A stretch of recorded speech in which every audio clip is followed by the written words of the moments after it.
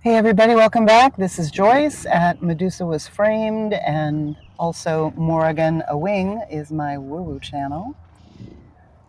This today is actually part 2 of my Christmas weekend adventure down to Brevard County, which is also known as the Space Coast.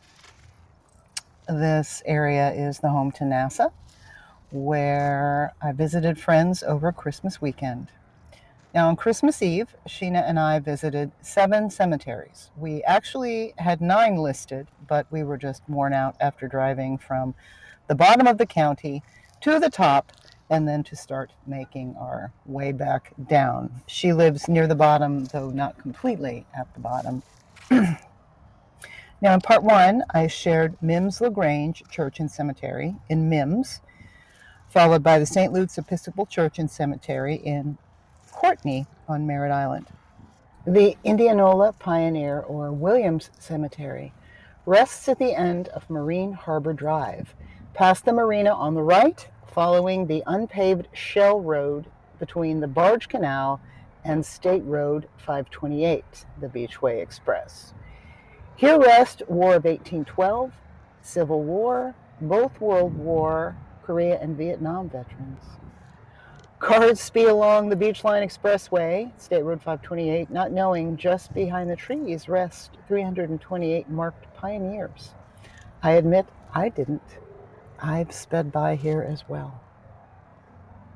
Back when boats were the only way to and from Merritt Island, Indianola was a bustling community, containing the area's first post office, only school in the area, first telephone system, and a booming wharf for goods and produce.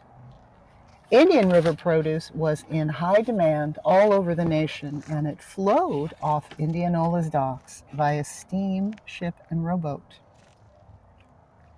Mosquitoes were thick as clouds, they say, and rattlesnakes so plentiful daily encounters were customary.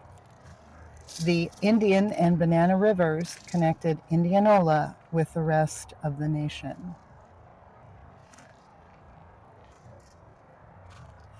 Story goes, Indianola was named after the massive Indian shell mounds around the area. Many claim NASA is built on several, by the way. Most were destroyed by harvesting the shells to pave the sand roads, like the shells you drive over to reach the cemetery, as a matter of fact. At least one massive mound still remains. An estimated 45% of it is left, known as Turtle Mound, on the Canaveral seashore just north of Merritt Island.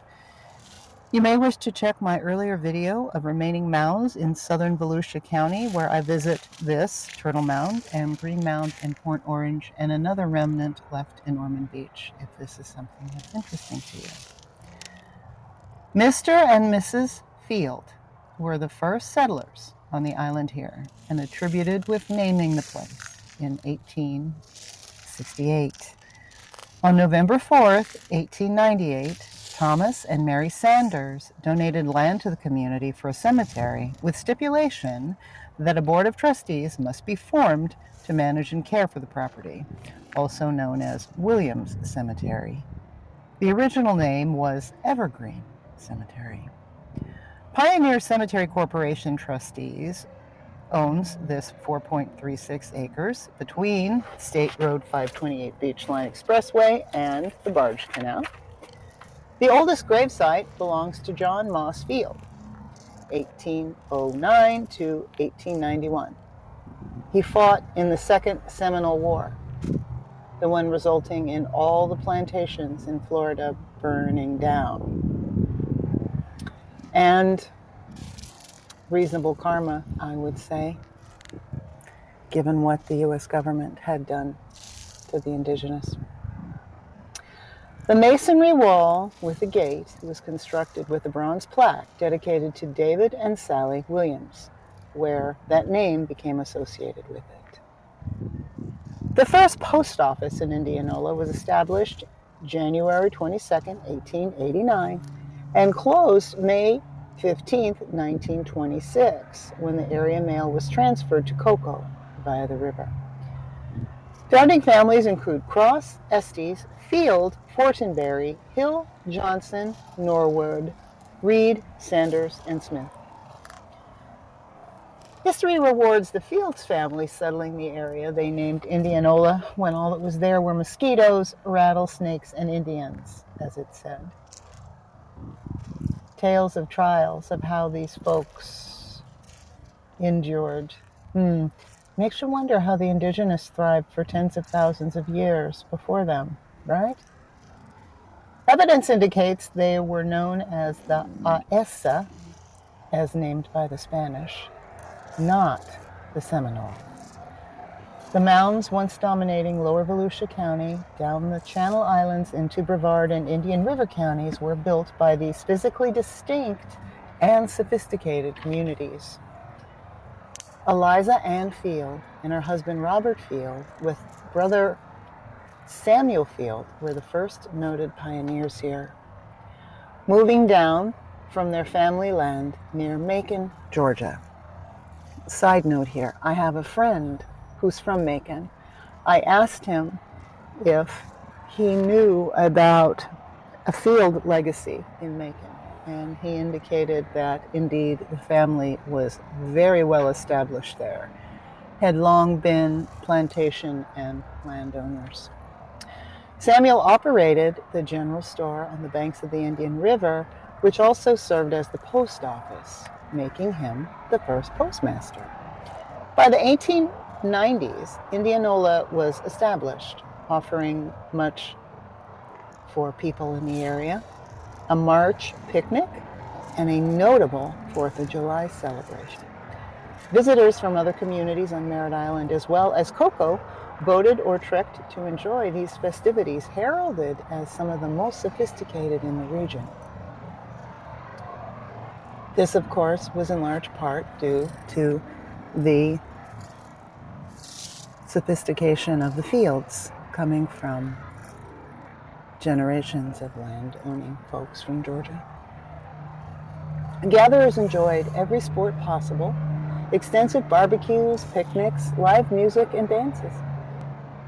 In 1924, the Indianola grocery store and therefore post office burned and were never rebuilt. Where it once stood, along with the church and school, is now the old Field Homestead Street.